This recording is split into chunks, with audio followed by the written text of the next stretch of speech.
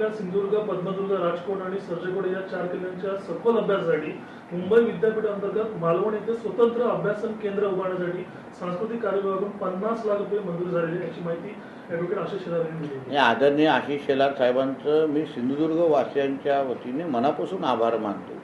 एक शिवप्रेमी म्हणून मी त्यांचं मनापासून आभार मानतो.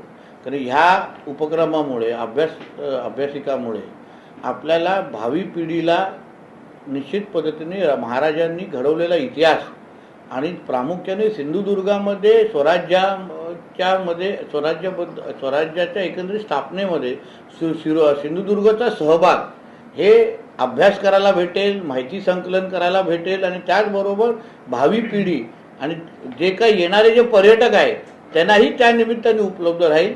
त्याच्यामुळे निश्चित पद्धतीने आमच्या जिल्ह्याच्या भविष्याच्या दृष्टिकोनातून ही 50 लाख केलेली अतिशय महत्त्वाची गुंतवणूक आहे आणि त्याच्यामुळे सिंधुदुर्गाच्या छत्रपती शिवाजी महाराजांनी जो काही इतिहास घडवला, स्वराज्य स्थापन केलं, त्याच्यामध्ये सिंधुदुर्गचं नाव अजून अधोरेखित होऊन जाईल. यासाठी आदरणीय आशिष शेलार साहेब आणि महाराष्ट्र सरकारचं मनापासून आभार मानतो.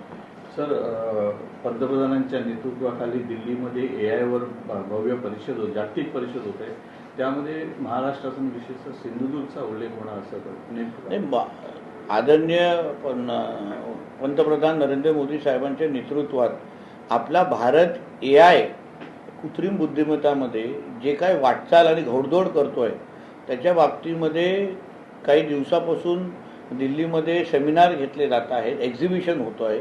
विविध कंपन्या असो, क्षेत्रामध्ये AIनी कशी वाटचाल केलेली आहे, कशी प्रगती केली आहे त्याची माहिती दिली जाते.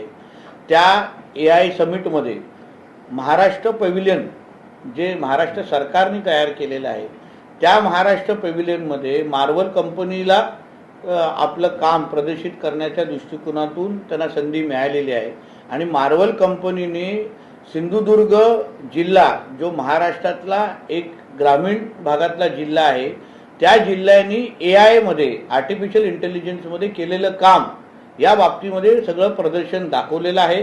एक महाराष्ट्रातला देशातला एक ग्रामीण भागातला एक जिल्हा AI मध्ये काय करू शकतो याचं उत्तम उदाहरण म्हणून सिंधुदुर्गचं नाव तिथे घेतलं गेलेलं आहे.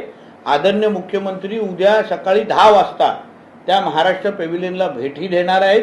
तिथे मी स्वतः उपस्थित राहून एकंदरीत त्या पूर्ण AI सिंधुदुर्गची माहिती अजून मुख्यमंत्री साहेबांच्या पर्यंत पोहोचून अजून देश पातळीवर कसं जाता येईल आणि सिंधुदुर्गामध्ये AI आर्टिफिशियल इंटेलिजन्सच्या बाबतीमध्ये झालेलं काम अन्य जिल्ह्यांपर्यंत कसं घेऊन जाता येईल यासाठी मॉडेल जिल्हा म्हणून सिंधुदुर्ग जिल्ह्याचा अभ्यास करण्याच्या दृष्टिकोनातून केंद्र सरकारची नीती आयोग पण अभ्यास करत आहे आणि मला विश्वास आहे या AI समिटच्या नंतर सिंधुदुर्गमध्ये झालेलं AI संदर्भात काम ह्याचा अनुकरण अन्य जिल्हा पण निश्चित पद्धतीने करतात.